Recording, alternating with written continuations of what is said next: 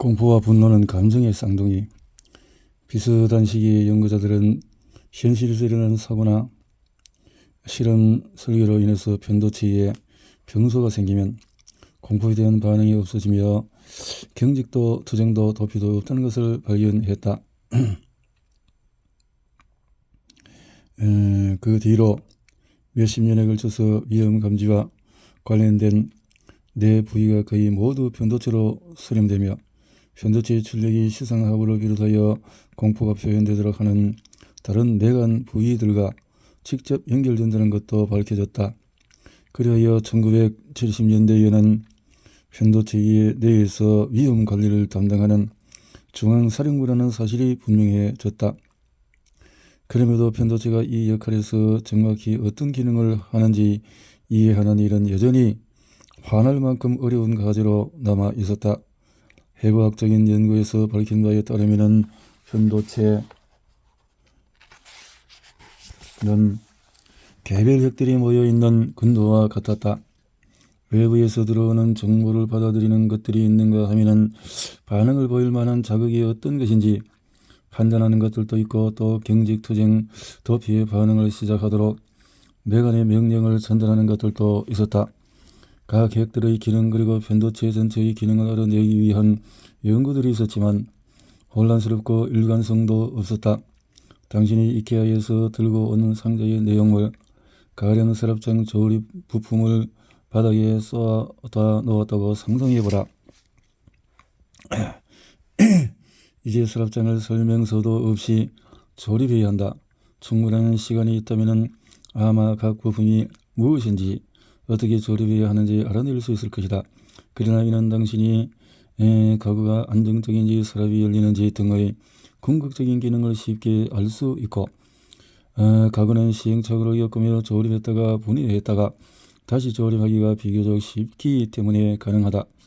1980년대 과학자들이 설치류를 대상으로 한 공포 측정에서 의견일치를 보여 공포 반응을 세밀하고 확실하게 통제할 수 있게 되면서부터 편도체 연구는 내부의 작용 구조를 밝히는 방향으로 나아가기 시작했다.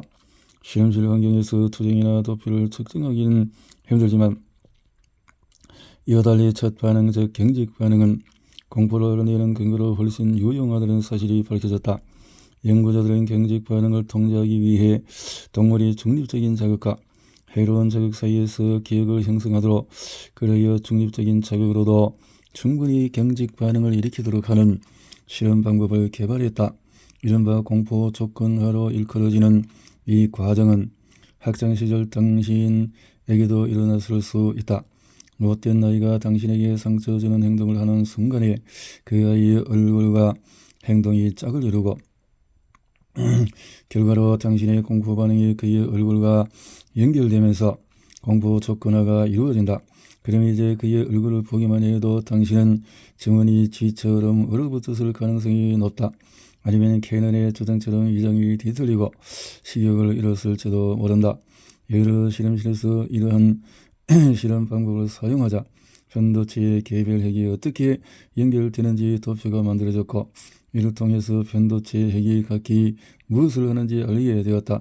위험 감지와 위험 분석에 관여하는 핵이 있는가 하면 경직, 투쟁, 도피 반응을 촉발하는 핵도 있었다. 뇌에서 공포와 분노의 중앙 엔진 역할을 하는 해부학적인 근원이 있을 것이라는 견해를 캐넌이 내놓은 지 거의 한 세기가 지나고 나서 이들 연구를 통해서 그의 가정이 타당성을 지니게 되었다. 더욱이 이들 연구에서는 편도체라는 엔진이 어떻게 조립되어 있는지 설계도도 제시해 주었다. 처음부터 그런 의도로 시작한 것은 아니었지만 연구 방법론을 통해서 편도체와 공포 기억에 대해서 많은 것을 알게 되었다. 예를 들어서 이제 우리는 공포 기억이 편도체에서 형성되고 저장된다는 것을 알고 있으며, 공포 기억이 많을수록 편도체가 더 활성화된다 는 것도 알고 있다. 겨우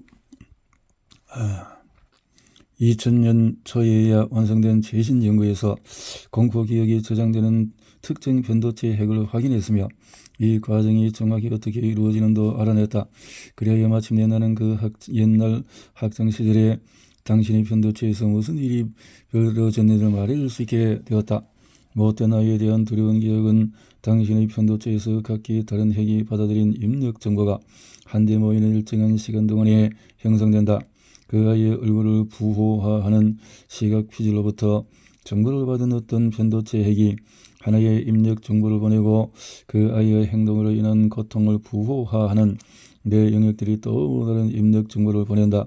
이렇게 입력 정보들이 해마의 도움을 받아 동시에 한데 모이면은 공포 기억이 저장되는 편도체 핵의 기억 도구 상자가 활성화되고 그 결과로 이 편도체 핵의 가지 돌기 가시가 많아지며 안정화된다.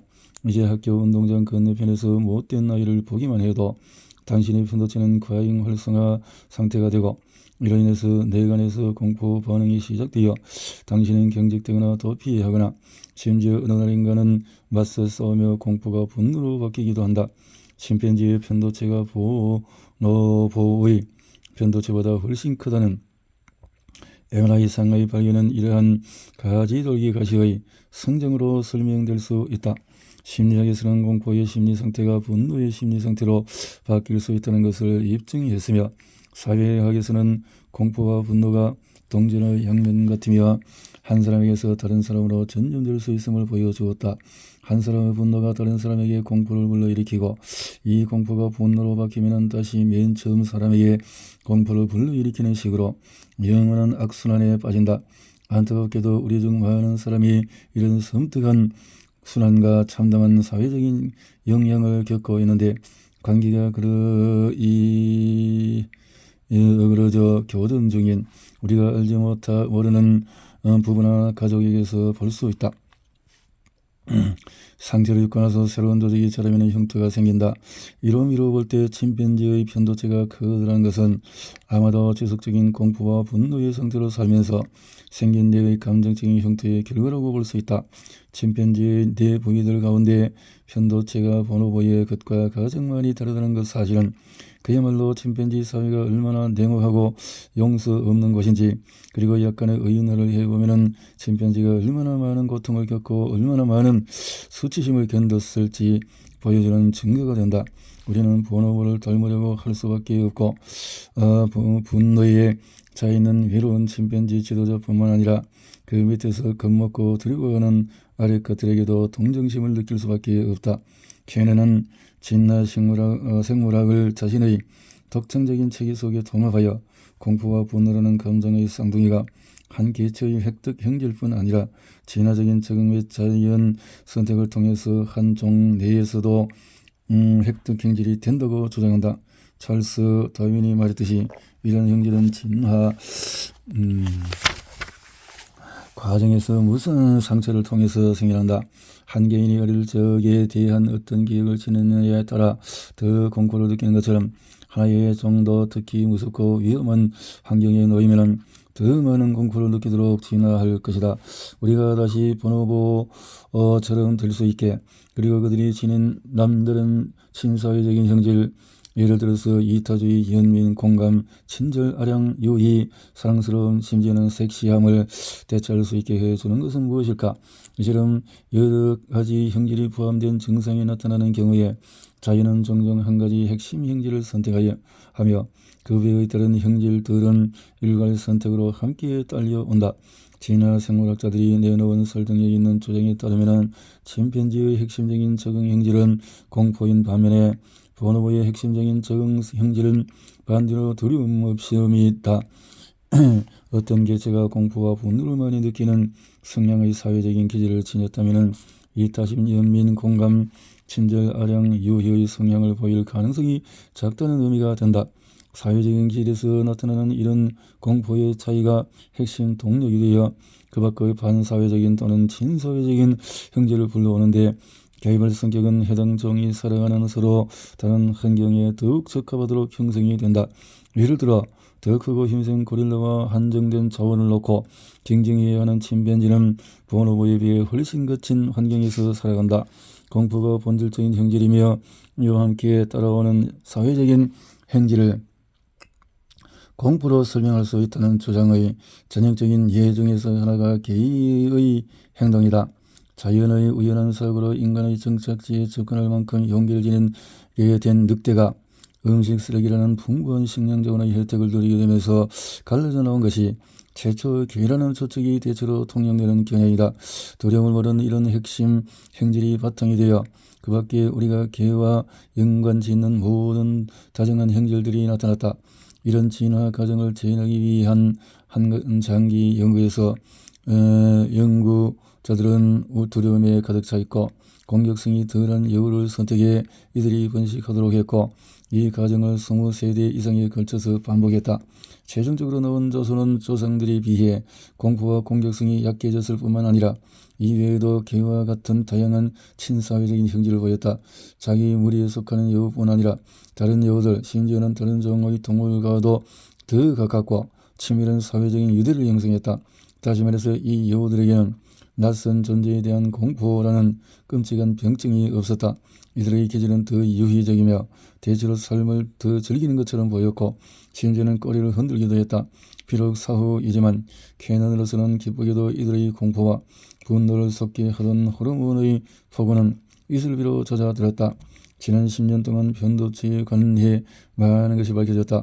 편도체의 활동성 수준은 부분적으로 유전자에 의해 결정될 가능성도 있지만 공포 기억에 의해서도 강하게 달라진다는 것을 이제 우리는 알고 있다. 또 우리의 사회적인 기질에 영향을 미칠 수 있는 감정인 공포와 분노의 해부학적인 엔진이 편도체라는 것도 알고 있다. 그러므로 편도체의 긴장을 풀어주면 성격이 개선될 수 있다는 가정은 꽤 신빙성이 있다.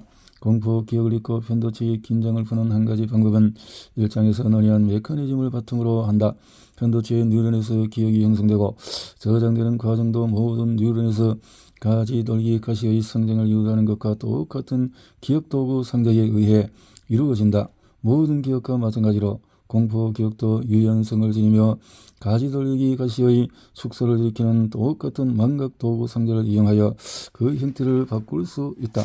여전히 당신에게 많은 괴로움을 주는 못된 아이를 우연히 만났는데 그 오랫동안 심리치료를 받았거나 힌두교 아시람에서 몇 달간 영적 깨달음을 얻고자 수행한 뒤라고 상상해보자. 그는 분노 문제를 극복했으며 엄밀히 말해서 성량한 사람까지는 아니더라도 적어도 호감을 주는 온화한 사람 정도는 되었다. 그가 변하고 나서 처음 만났을 때 당신 편도체의 한 부분에 있는 전극이 높은 뉴런 활동성을 볼 것이다. 그러나 그를 여러 차례 반복해서 만나면 원래의 공포 기억을 저장하고 있던 가지돌기 가시는 줄어들고 서서히 공포 망각 과정이 시작되면서 과잉활동이 차츰 약해질 것이다. 노출 치료를 성공적으로 마친 환자들은 자신의 사회적인 성향이 개선되었다고 전하지만 이러한 공포 망각의 과정은 며칠 정도의 시간이 필요하며 지속적으로 경험하지 않은 경우에는 더 오래 걸리는 것으로 여겨진다. 이처럼 시간이 오래 지체되기 때문에 사회적 기질의 개선이 공포 망각 그 자체와 얼마나 강한 연관성을 지니는지 입증하기는 힘들다. 그 시간 동안에 많은 요인이 환자의 행동을 개선하는 데 도움을 주었을지도 모르기 때문이다.